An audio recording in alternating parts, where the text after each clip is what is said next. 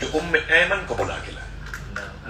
نام لیں آپ, پھر سے بولیں. میرے آقا فرماتے کوئی ہے جو میری ایمن کو بلا کے لائے. ایمن کون ہے؟ حضور فرماتے ہیں ایمن میری ماں کے بعد میری ماں, میری ماں کے بعد میری ماں. آقا کریم صلی اللہ علیہ وسلم میں ایمن کو بلا کے لاؤں. ایمن تشریف لائیں حضور کی بارگاہ میں. حضور فرماتے ہیں کہ ایمن میری فاطمہ کا ہاتھ پکڑ لے, اسے اس کی سسرال بھیج کے. جیسے علی اور فاطمہ نکلے نا تو معلوم ہے کیا کہا حضور نے؟ علی سنو, فاطمہ سنو. ٹھہر گیا. جی بابا جان. فرمایا یہ تمہاری محبتوں کی پہلی رات ہے, لیکن سنو رات میں تم دونوں سے ملنے ضرور آؤں. ایک غریب بیٹی سے اپنا باپ ملنے کو, پیسے والا باپ ملنے کو تیار نہیں اس دور میں. سب سے آخر میں اس کو شادی کی دعوت دے گا. حضور کیسے اپنی پہلی بیٹی کی شادی کی شب میں اس سے کہتے ہیں بیٹی میں آج رات تجھ سے ملنے آؤں گا, میرا انتظار کرنا. سبحان اللہ. حضور کا دست شفقت دیکھیں آپ, حضور کے دل میں بناتے باپ کی بیٹیوں کی محبت دیکھیں آپ. آقا کریم صلی اللہ علیہ وسلم نے فرمایا جاؤ. اب مخدومہ کائنات آگے آگے مولا علی چل رہے تھے اور بیچ میں مخدومہ فاطمہ چل رہی تھی اور پیچھے پیچھے ان کے ایمن چل رہی تھی. سبحان اللہ. معین جامی کلکتوی نے کہا تھا ہر قدم پہ رحمتوں نے پھول برسائے بہت, جب چلی تھی فاطمہ سسرال مئی کا. آج دنیا کی سب سے مبارک شادی ہو رہی ہے. سبحان اللہ. جس کی وجہ سے آج ہمارے بچوں کے سروں پر, بیٹیوں کے سروں پر زیریں سجدے ہیں, وہ انہی ذوات مبارکہ کی دین ہے, انہی شخصیتوں کی وجہ سے. یہ تشریف لے گئے. حضور نے مغرب کی نماز کے بعد خاموشی اختیار کی. عشاء کی اذان کا وقت ہوا, حضور نے نماز پڑھائی. نماز کے بعد آقا کریم نے چپ چاپ خاموشی سے اکیلے مدینے کی گلیوں سے نکلے. بیٹی کی یاد آئی تھی. سبحان اللہ. جو امت کی غم میں رویا, آج اپنی بیٹی کو ودا کر کے آج وہ پزمردہ ہے, آج وہ پھول ذرا سا مرجھایا. حضور صلی اللہ علیہ وسلم تشریف لے گئے اور تھوڑے سے فاصلے پر ان کا مکان تھا. میں نے اس مکان کو دیکھا ہے جس گھر میں مخدومہ فاطمہ ودا ہو کے آئی. حضور تشریف لائے, دروازہ اندر سے بند تھا. حضور نے دروازے پہ دستک دی, دروازے پہ دستک دی. سبحان اللہ. مخدومہ فاطمہ کہتی ہیں بابا اے میرے شوہر علی, یہ دستک میرے بابا جان کی انگلیوں, یہ دستک میرے, میں اپنے بابا جان کی انگلیوں کی خوشبو پہچانتی ہوں. لوگ کہتے ہیں کہ آپ نے اپنے گھروں میں کوئی آتا ہے تو بھائی کوئی آیا دروازے پہ, جا بیٹے دروازہ کھول دے, جا بیٹی دروازہ کھول دے, جا بیوی دروازہ, جا نوکر دروازہ کھول دے. صوفیہ کہتے ہیں حضور کے ساتھ یہ نہیں ہوتا تھا. حضور جب کسی دروازے پہ دستک دیتے تھے تو پورا گھر کا گھر اٹھ کے دروازے پہ چلا آتا. کیوں؟ دستک میں کوئی درد سی خوشبو ضرور. دروازہ کھولنے کے لیے گھر کا گھر اٹھا, پورا گھر دروازے پہ. فاطمہ دوڑی, مولا علی دوڑے, دروازے پر آئے تو حضور کی زیارت ہوئی. سلام و دعا کے بعد اندر حضور تشریف لائے اور فرمایا فاطمہ بیٹھ جاؤ. مخدومہ کائنات بیٹھ گئی. حضور نے فرمایا علی ایک گلاس پانی لے کے آؤ. مولا علی سرکار نے ایک گلاس پانی. حضور نے اس پانی میں پڑھ کے کچھ دم کیا. دم کرنے کے بعد میرے آقا نے اس کو نوش فرمایا, تھوڑا سا پانی پیا بھی. اس کے بعد حضور نے اس پانی کو اپنے چلو میں لیا اور مخدومہ کائنات کی مبارک چہرے کی طرف چھینٹے شریف مارے. پھر کچھ پانی لیا, اسے مخدومہ کائنات کے حلق شریف سے نیچے آپ کے سینے اطہر طیب و طاہر پر چھینٹے مارے حضور نے. پھر تھوڑا سا پانی لیا اور پھر مولا کائنات کے چہرے پر اور ان کے سینے پر حضور نے چھینٹے مارے. گلاس کا پانی ختم ہو گیا. حضور نے فرمایا علی اور فاطمہ ہاتھ اٹھاؤ, آمین کہنا. اب اس کے بعد حضور نے ایک دعا فرمائی ہے. یہ ساری بہاریں غوث و قطب ابدال کی جو نظر آتی ہیں ملک ہندوستان میں, اسی دعا کی برکت. سبحان اللہ. بغداد میں کوئی شیخ قادر ہے, اسی دعا.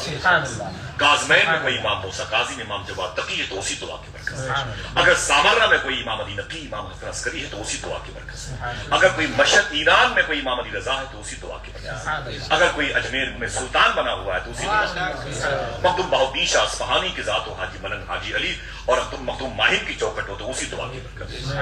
جتنے بھی سرکار والی سے پاک بابا تاج کی چوکٹ نظر آتی ہے, یہ مارا شریف اور کلیر شریف کے ساری بہاریں اسی دعا کی برکت. فرماتے علی اپنے ہاتھوں کو اٹھاؤ اور فاطمہ اپنے ہاتھوں کو اٹھاؤ, آمین کہنا. جیسے ہاتھوں کو اٹھایا نا تو حضور نے ایک دعا فرمائی تھی. فرمایا اے میرے مولا, میری فاطمہ میرے علی کی اولادوں میں برکتیں عطا فرما. دل سے بولے, دل سے بولے, دل سے بولے. اللہ کا ثواب فلسطین کے بچوں کی روح, آمین آمین. اہل فلسطین کی روح کو نظر فرما, آمین. وادی سلام میں جتنی مبارک ارواح موجود ہیں, ایمان اعتقاد صحیحہ کے ساتھ اور پورے عالم اسلام میں زائرین کے گھر کے گزرے ہوئے لوگوں کی روح کو اس کا ثواب ملے. میرے آقا فرماتے ہیں اے میرے مولا میری فاطمہ میرے علی کی اولادوں میں برکت. دنیا میں کہیں بھی جاؤ گے اپنے خاندان کے لوگ ہو سکتا ہے نہ ملیں لیکن حضور کے خاندان یہ اسی دعا کی برکت ہے. اسی دعا کی برکت ہے. اللہ اکبر اللہ اکبر. 8-9 مہینے کے بعد سرکار مولا کائنات حضور کی بارگاہ میں تشریف لائے اور لانے کے بعد فرمایا کہ حضور مبارک ہو گھر میں پہلا بیٹا پیدا ہوا ہے. محبت سے کہہ دو حضور میرے گھر میں پہلی بہار آئی ہے. پہلی بہار آئی ہے میرے آنگن میں. حضور مبارک. تو حضور مسکرا کے بولے علی کیا بات کرتے ہو تم مجھے ابھی مبارکباد پیش کرتے ہو. میں نے صبح کو دیکھ لیا تھا حسن کی پیدائش کے وقت 4000 فرشتے تیرے گھر کا طواف کر رہے تھے اور مبارکبادیاں دے رہے تھے. یہ اسی دعا کی برکت ہے. جب دو مبارک سمندر اتنے پاک اور صاف اور طیب ہوتے ہیں تو پیدا ہونے والا امام حسن ہوتا ہے. پیدا ہونے والا امام حسین ہوتا ہے. دعا کریں انشاءاللہ کہ ہم سب کو ان بارگاہوں کا فیض میسر ہو. مولا کائنات کی زندگی مبارکہ کے بڑے پیارے پیارے گوشے ہیں انشاءاللہ بیان ہوتے رہیں گے. آپ کے اندر جو جذبہ ہے اللہ اسے قبول فرما لے. تھوڑی سی ٹائمنگ کا خیال رکھا کریں. آپ تو سب بہت ٹائم سے آگے ماشاءاللہ اور سب کو ساتھ میں لایا کریں انشاءاللہ. کھانا آپ کو آپ کے گھر پہ مل جائے گا. یہ محفلیں آپ کو کل کے بعد اب نہیں ملیں گی. پتہ نہیں پھر کب اس پر گرم ہو کون کیوں بلایا جائے گا. سب کے آپ ایڑیاں رگڑ جاتی ہیں یہاں آتے ہوئے. لوگ بھوکے مر جاتے ہیں تڑپ تڑپ کے مر جاتے ہیں. سمندروں میں جہاز میں ڈوب کے مر جاتے ہیں. فلائٹ کریش ہو جاتا ہے آ نہیں پاتے. بغداد ایئرپورٹ پہ لوگ آ کے چلے جاتے ہیں. نجف اشرف ایئرپورٹ پر آ کے امیگریشن کاؤنٹر سے واپس کر دیے جاتے ہیں. آ نہیں آپ آئے ہیں مبارک ہو. اپنا وقت ضائع نہ کریں. اپنوں کا وقت ضائع نہ ہونے دیں. دعا کرو انشاءاللہ. نمازوں کی پابندی ہر کمرے میں اور کباڑ میں مصلے رکھے ہوئے ہیں. ہر کمرے میں ایرو بنا ہوا ہے قبلہ کس طرف ہے. نمازوں کی پابندی کریں. آپ مسافر ہیں فرض میں جو 4 رکعت ہے 2 رکعت نماز پڑھیں. ٹھیک ہے. بقیہ وقت مل جائے اللہ اس کے رسول کی رضا کے لیے تو نوافل کی سنت موقعہ کی کثرت کریں اور دعا کریں کہ یہ سفر ہمارے لیے ہی نہیں ہمارے ماں باپ کے لیے مغفرت کا سامان بنے. انشاءاللہ کل ہم لوگ صبح جلدی 8:30-9 بجے نکلیں گے انشاءاللہ. سارے زمزم ٹور الفتح اور الفردوس یہ سارے ٹور کے زائرین ساتھ میں نکلیں گے انشاءاللہ. وقت کی پابندی کریں گے انشاءاللہ. جو کل ہماری جو سب سے پہلی زیارت ہے دنگ رہ جائیں گے انشاءاللہ. کیا بات ہے کیا بات ہے. میں اس زیارت کو دیکھنے کے لیے میں اکیلے جا رہا تھا. میرے بھائی بولے یار یہ کیسے لوگ ٹور والے جو 15 سال سے سفر کرتے ہیں نا وہ بولے آج تک میں یہاں کبھی نہیں آ پایا جہاں لے کے آپ مجھے آئے. بہت مبارک زیارتیں ہیں انشاءاللہ. کل کے بعد ہم لوگ جب چلیں گے انشاءاللہ اس زمین پر پہنچیں گے اسے وادی کربلا کا انشاءاللہ. پہلے ہم لوگ کا سلام پیش کریں. ہم لوگ کا سلام پیش کریں. جہاں جائیں آپ آستانے کا بوسہ دیں اور چپ چاپ 10-20-25 میٹر کے فاصلے پر بیٹھ جائیں سکون سے. نہیں پڑھنا آ رہا تو اس در و دیوار کو دیکھتے رہیں.